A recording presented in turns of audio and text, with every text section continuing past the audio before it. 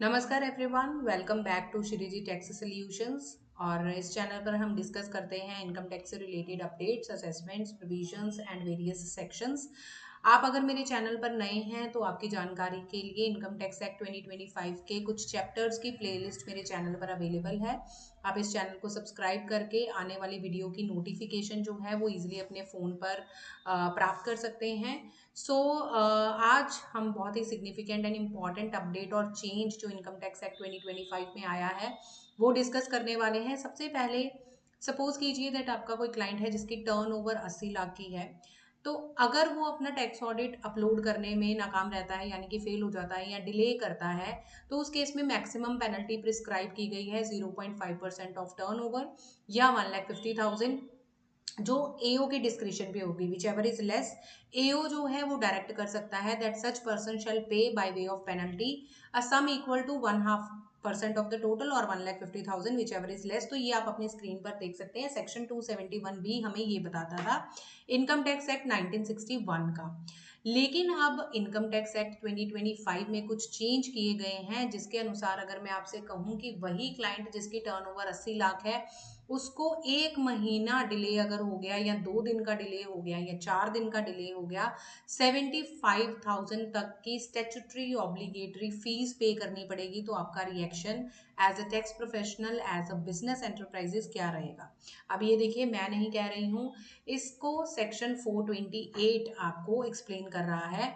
On the beginning of this section कहा गया है fees for default in furnishing return of income audited account and report. So the penalty word has been replaced with the word fees, and as a tax professional we all know very well that there is a clear cut demarcation between the word penalty and fees.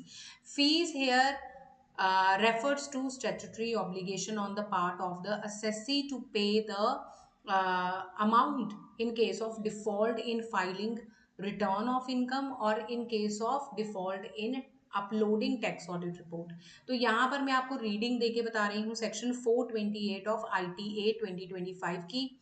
Without prejudice to the provisions of this act where any person, तो clause A में हमें बताया गया है required to furnish return of income under section 263।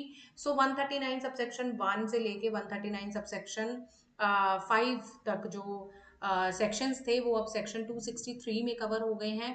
सो यहाँ पर बात की गई है, अगर कोई एसएससी अपनी टाइमली रिटर्न फाइल नहीं कर पाया है 263 सबसेक्शन 1 में या 263 सबसेक्शन 5 में, तो उसके ऊपर अगर उसकी इनकम 5 लाख से एक्सीड कर रही है तो 5,000 का फीस है, और अगर उससे कम है तो 1,000 तक की फीस है।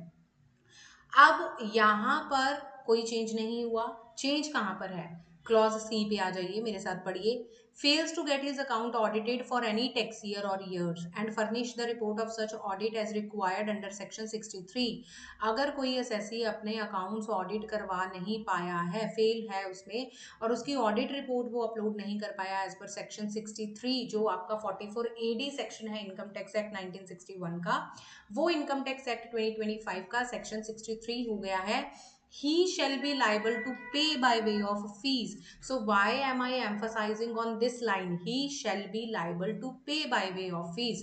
So जो वर्ड था assessing officer may direct, तो वहां पर may वर्ड यूज किया गया है। assessing officer चाहे तो डायरेक्ट कर सकता है। Penalty was punitive in nature, depend करता है, और अभी तक प्रैक्टिकली ऑडिट लेट अपलोड करने के केस में बहुत ही रेयर चांसेस हैं कि आपको पेनल्टी लगती है। लेकिन he shall be liable to pay, यानी कि assessee will be liable to pay by way of fees। तो यहाँ पर उन्होंने emphasize shall be, यानी कि necessarily कर दी है ये fees. a sum of ₹75,000 for delay up to 1 month, 1 महीने तक का आप डिले करेंगे तो 75,000 रुपये तक की फीस है। And a sum of 1,50,000 thereafter, उसके बाद अगर आप डिले करते हैं, यानी कि 2 महीने तक अगर आप टैक्स ऑडिट अपलोड नहीं कर पाए या 1 मंथ 1 डे पर भी आपको 1,50,000 तक की फीस इम्पोज की जाएगी। तो क्या इस प्रोविजन का जो मतलब है वो ये निकाला जा सकता है कि लाइकवाइज सेक्शन 234F जब आप रिटर्न फाइल करने लगते हैं तो आपको रिटर्न अपलोड नहीं करने दी जाती जब तक आप उसका फीस जो है 5,000 या 1,000 which ever the case is पे नहीं करते। तो क्या टैक्स ऑडिट रिपोर्ट में भी आपके साथ ऐसा होगा that whenever you will be filing your tax audit report lately, then आप विदाउट पेइंग 75,000 और 1,50,000 whatever the case may be, tax audit upload नहीं कर पाएंगे. So here the legislature intention is very much clear that they are not only interchanging the words penalty की जगह पर fees, they are not just changing the words but they are giving a clear message in form of this provision that deadline in respect of tax audit reports should be considered seriously, and even if the delay of 1 day or 2 day without a reasonable cause would not be spared. आपको 1 दिन या 2 दिन या 3 दिन के delay के बावजूद भी 75,000 की मिनिमम फीस पे करनी ही पड़ेगी. तो fees here word has been used by the legislation. Now we have to wait for the judicial proceedings that whether the court will be giving the preference to substance over form, and the nature of the fees, nature of the amount, that whether it is punitive in nature, whether it is a statutory obligation. So if you genuinely like this video and if you genuinely want to know in depth the provisions of Income Tax Act 2025, kindly subscribe to my channel and धन्यवाद.